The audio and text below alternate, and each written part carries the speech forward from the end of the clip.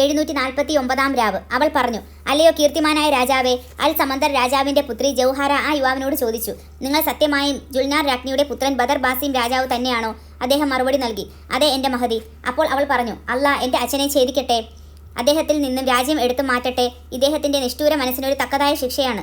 നിങ്ങളെപ്പോലെ ഇത്രയും സുന്ദരനും സുശീലനുമായൊരു യുവാവിനെ അദ്ദേഹത്തിന് എങ്ങനെ മോഹിക്കാനാകും? അല്ലാഹ് അദ്ദേഹം അവിവേകിയായൊരു വിധികർത്താവാണ്. എന്നാൽ അല്ലയോ മഹാരാജാവേ, അദ്ദേഹം ചെയ്ത കുറ്റത്തിന് ശിക്ഷ നൽകരുത്. നിങ്ങൾ എന്നെ സ്നേഹിക്കുന്നതിനേക്കാൾ 10 മടങ്ങാണ് നിങ്ങളെ ഞാൻ സ്നേഹിക്കുന്നത്. തീർച്ചയായും നിങ്ങളുടെ സ്നേഹവലയത്തിൽ ഞാൻ കുടുങ്ങിപ്പോയി. ഞാൻ നിങ്ങൾക്ക് വേണ്ടി മരിക്കുകയാണ്. നിന്റെ ഹൃദയത്തിൽ എന്നോടുള്ള സ്നേഹം പൂർണ്ണമായും എന്നിലേക്ക് പകർന്നിരിക്കുകയാണ്. ഇത്രയും പറഞ്ഞ് അവൾ വൃക്ഷത്തിൽ നിന്നും താഴെ ഇറങ്ങി വന്ന് അയാളെ മാറോടണച്ച് ചുംബിച്ചു. അതോടെ അവളോടുള്ള കാമവികാരങ്ങൾ അയാളിൽ 10 മടങ്ങ് ഉദ്ദീപിക്കപ്പെട്ടു. അവളുടെ സ്നേഹത്തിൽ യാതൊരു സന്ദേഹവുമില്ലാതെ എന്ന ബദർ രാജാവ് അവളെ ആലിംഗനം ചെയ്ത് ചുംബനങ്ങൾ തിരിച്ചു നൽകി അവളെ തലോടി. അപ്പോൾ അയാൾ പറഞ്ഞു, അല്ലാഹ് രാജകുമാരി, എൻ്റെ അമ്മാവൻ സാലിഹ് നിന്റെ സൗന്ദര്യത്തിൻ്റെ 40-ൽ 1 അംശം പോലും വർണ്ണിച്ചിരുന്നില്ല. ഉടനെ ജൗഹറ അയാളെ മാറോടണച്ച് അജ്ഞാതമായ ഭാഷയിൽ എന്തോ പുലമി. പിന്നെ അയാളുടെ മുഖത്ത് തുപ്പിക്കൊണ്ട് പറഞ്ഞു, നീ സ്വന്തം രൂപം മാറി ഒരു പക്ഷിയുടെ രൂപം പ്രാപിക്കട്ടെ. ഏറ്റവും മനോഹരമായ പക്ഷികളിലൊന്ന്, വെളുത്ത ഉടലും ചുവന്ന കൊക്കും കാലുകളുമുള്ളൊരു പക്ഷി. അവൾ അത് പറഞ്ഞു തീരുമ്പോഴേക്കും താൻ ഒരു പക്ഷിയായി തീർന്നതായി ബദർ ബാസിം രാജാവ് കണ്ടു.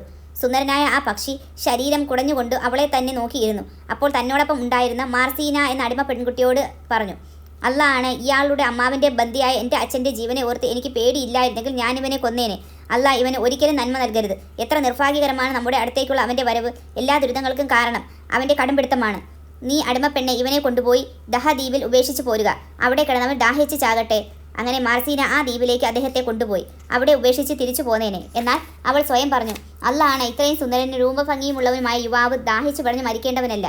അവൾ അദ്ദേഹത്തെയും കൊണ്ട് വൃക്ഷലതാദികളും പഴങ്ങളും നിറഞ്ഞ ഒരു ദ്വീപിലേക്ക് പോയി. അദ്ദേഹത്തെ അവിടെ വിട്ടുപോന്നു. സ്വന്തം യജമാനത്തിന്റെ അടുത്ത് തിരിച്ചെത്തി അവൾ പറഞ്ഞു, ഞാൻ അദ്ദേഹത്തെ ദഹദ്വീപിൽ ഉപേക്ഷിച്ചു. അത്രയുമാണ് ബദർ ബാസിനെ കുറിച്ച് അപ്പോൾ പറയാനുള്ളത്. എന്നാൽ സാലിഹ് രാജാവാകട്ടെ രാജാവിൻ്റെ ആളുകളെ വധിച്ച് രാജാവിനെ ബന്ധനസ്ഥനാക്കിയ ശേഷം ജൗഹറയെ അന്വേഷിച്ചിറങ്ങി. എന്നാൽ അവളെ കണ്ടെത്താനാകാതെ സ്വന്തം കൊട്ടാരത്തിലേക്ക് മടങ്ങി.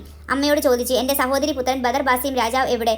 അല്ലാഹ് എൻ്റെ മോനെ. അവർ മറുപടി നൽകി, എനിക്ക് അവനെക്കുറിച്ച് ഒന്നും അറിയില്ല. നീയും അൽ സമന്തർ രാജാവും തമ്മിൽ പോരാട്ടം തുടങ്ങി എന്നും കൊലകൾ നടന്നു എന്നും കേട്ടപ്പോൾ അവൻ പേടിച്ചു ഓടി എന്നാണ് ഞാൻ കേട്ടത്.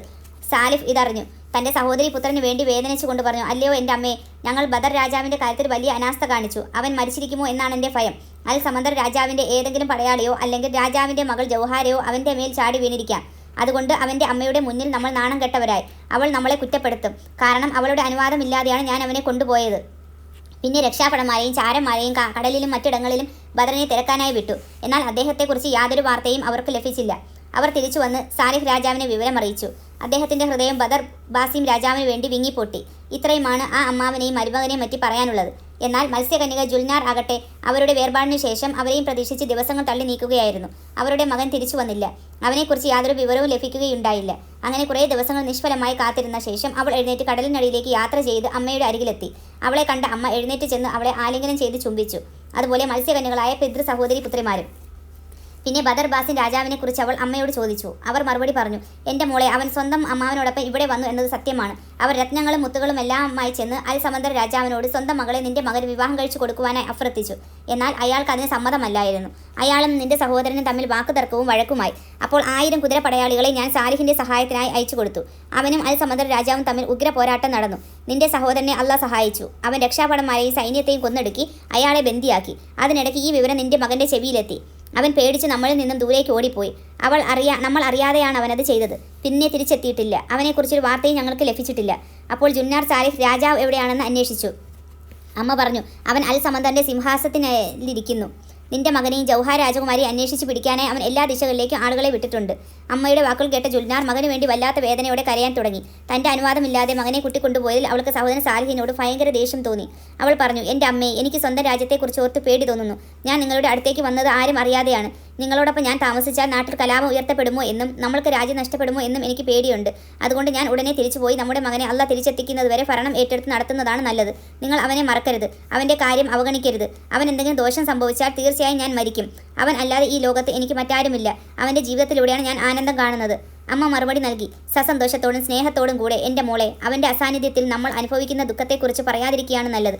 ഹൃദയം തകർന്ന് കരഞ്ഞു കലങ്ങിയ കണ്ണുകളോടെ ജുൽനാർ തിരിച്ചുപോയി. തീർച്ചയായും ആ ലോകത്തിലെ സന്തോഷമെല്ലാം അവൾക്ക് നഷ്ടപ്പെട്ടിരിക്കുന്നു. അമ്മൂമ്മ തൻ്റെ പേരക്കുട്ടിയെ അന്വേഷിക്കാനായി രക്ഷാഭടന്മാരെ നാനാഭാഗത്തേക്കും അയച്ചു. അപ്പോഴേക്കും നേരം പുലരാറായെന്നും തനിക്ക് കഥ പറയാൻ അനുവദിച്ച സമയം തീർന്നെന്നും ഷഹരാസാദ് മനസ്സിലാക്കി.